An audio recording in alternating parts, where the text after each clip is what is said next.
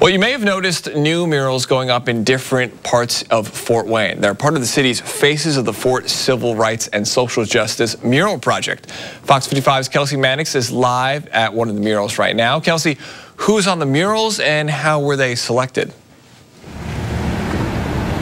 Chris, this is just one of 3 murals honoring people in Fort Wayne who have contributed to the advancement of underserved and diverse communities. Now, 30 people were initially nominated by community members, but ultimately 6 were selected by a committee to be painted around the city.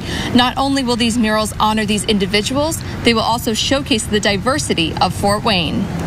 Raquel Klein moved to Fort Wayne from Nicaragua in 2006. I'm an immigrant, so I know some of the struggles that we have to go through when we move to a new country. That inspired her work at the Language Services Network, where she helps people get access to translation and interpreting services. We have a lot of people in our community that can contribute to make things better, so that was part of the driving force that got me to where I am today. It also got her face on the Faces of the Fort project. I would have never thought that I was going to be honored this way, but it also speaks volumes as to where our community is going, how everybody that lives here is being appreciated for what we contribute to our community. Project Chair Raina Bradley says that's the goal. Even though diversity is one of Fort Wayne's greatest strengths, with our people, with our food, with our culture, with the music, you often, until very recently, didn't see that reflected in the arts and particularly in the murals that you see around town. Thomas Smith says diversity is the country's strength and needs to be promoted. The value of each community is very important.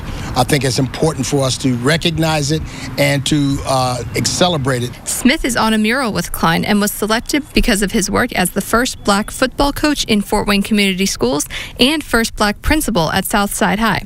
He's also the CEO of the Smith Academy for Excellence, which works to educate and empower at-risk male students in urban settings.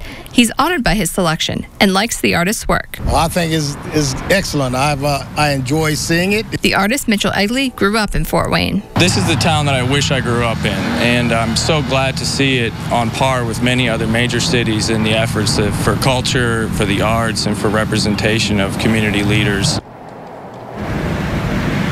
Now, 2 of the murals are already completed, and as of earlier this afternoon, Egley just says he needs to put some final touches on this one before it's finished.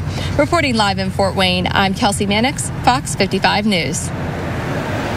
And Kelsey, that was just at the Southwest mural located near the Clyde Theater. There's other murals that are up around the city. The mural in southeast part of the city is near the intersection of South Anthony Boulevard and McKinney Avenue, and the mural in the northeast part of the city at the corner of St. Joseph Boulevard and Tennessee Avenue.